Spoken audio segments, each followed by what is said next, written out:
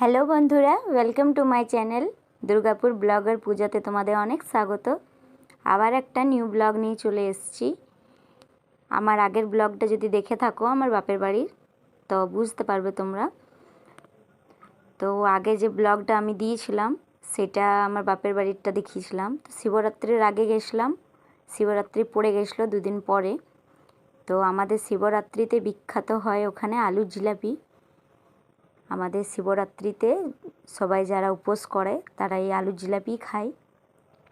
এরকম ফল টল তো সব খাই, কিন্তু এই আলুর জিলাপিটা খুবই স্পেশাল আমাদের। তো আমার বাবা অনেক বড় করে একটা দোকান করেছিল, দেখো, তার সাথে আমরাও ছিলাম, আমরাও হেল্প করেছি। তো এখানে যে দেখছো এটা ওই বছরে একদিনই হয়, ওই সকাল থেকে সন্ধে অবধি, তারপরে আসছে বছর। তো ভোরবেলাতে আমরা গেছিলাম, আমার বাবা প্রায় ওই রাত 3:30-4টে দিক করে এসেছিলো এখানে সমস্ত সব জোগাড় যন্ত্র করে। তারপরে এই দেখো আমার ভাই আর আমরা মা মেয়ে মিলে চলে এসেছিলাম, মানে আমার মা আর আমি। আর পুচকু ঘুমাচ্ছিল, মানে আমার মেয়ে ঘরে ঘুমাচ্ছিল। দিয়ে আমাদের বাস স্ট্যান্ডটা যেখানে, ওখানে आज हम लोग जलेबी का दुकान कर रहे हैं, हम दोनों भाई बहन।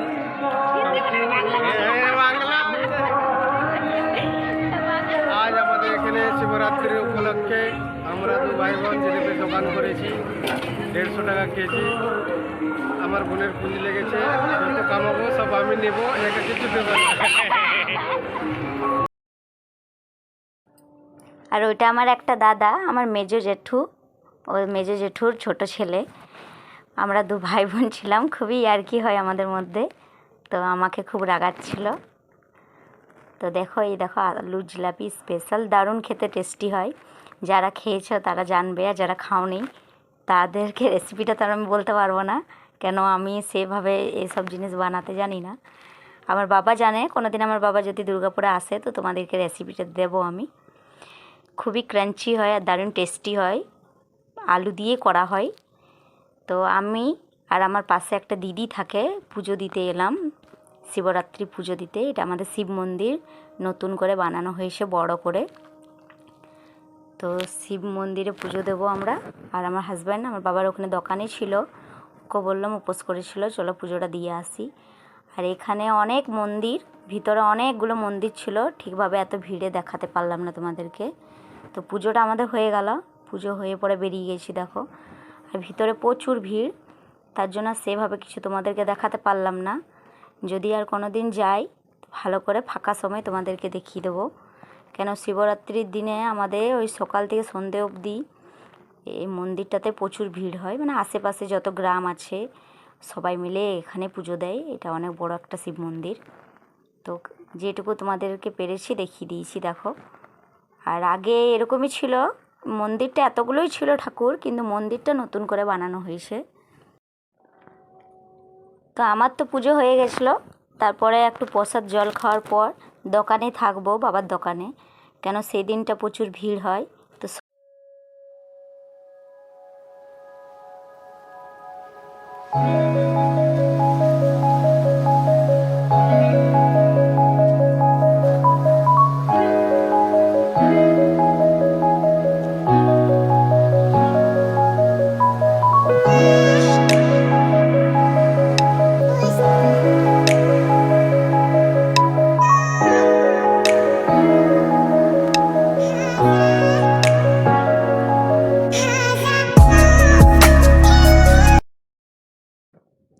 আর এটা বজরংবলী মন্দির, তোমাদেরকে তার আগের ব্লগে ভালো করে দেখাতে পারি নাই, দেখো দেখিয়ে দিলাম। আর আমি একটু ট্রাই করেছিলাম জিলাপি কিভাবে ঘুরাই, তো ফার্স্টবার ট্রাই করলাম, তো দেখছি হয়ে যাচ্ছিল। আর এই দেখো আমার হাজব্যান্ড বিক্রি করছে, সবাই মিলে উঠে পড়ে লেগে গেছিলাম দোকানে। আর তারপরে খুবই মজা হয়, কেন বছরে একদিনই, তার জন্য খুব ভালো লাগে।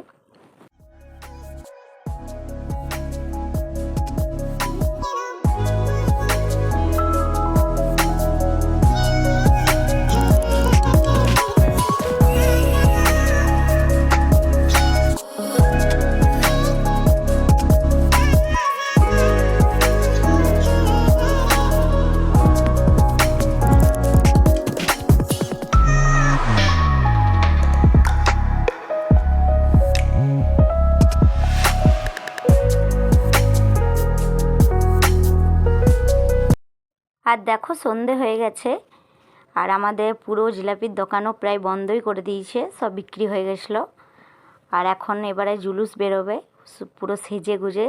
তোমরা দেখো, ভিডিওটা শেষ পর্যন্ত দেখো, খুবই ভালো লাগবে তোমাদের।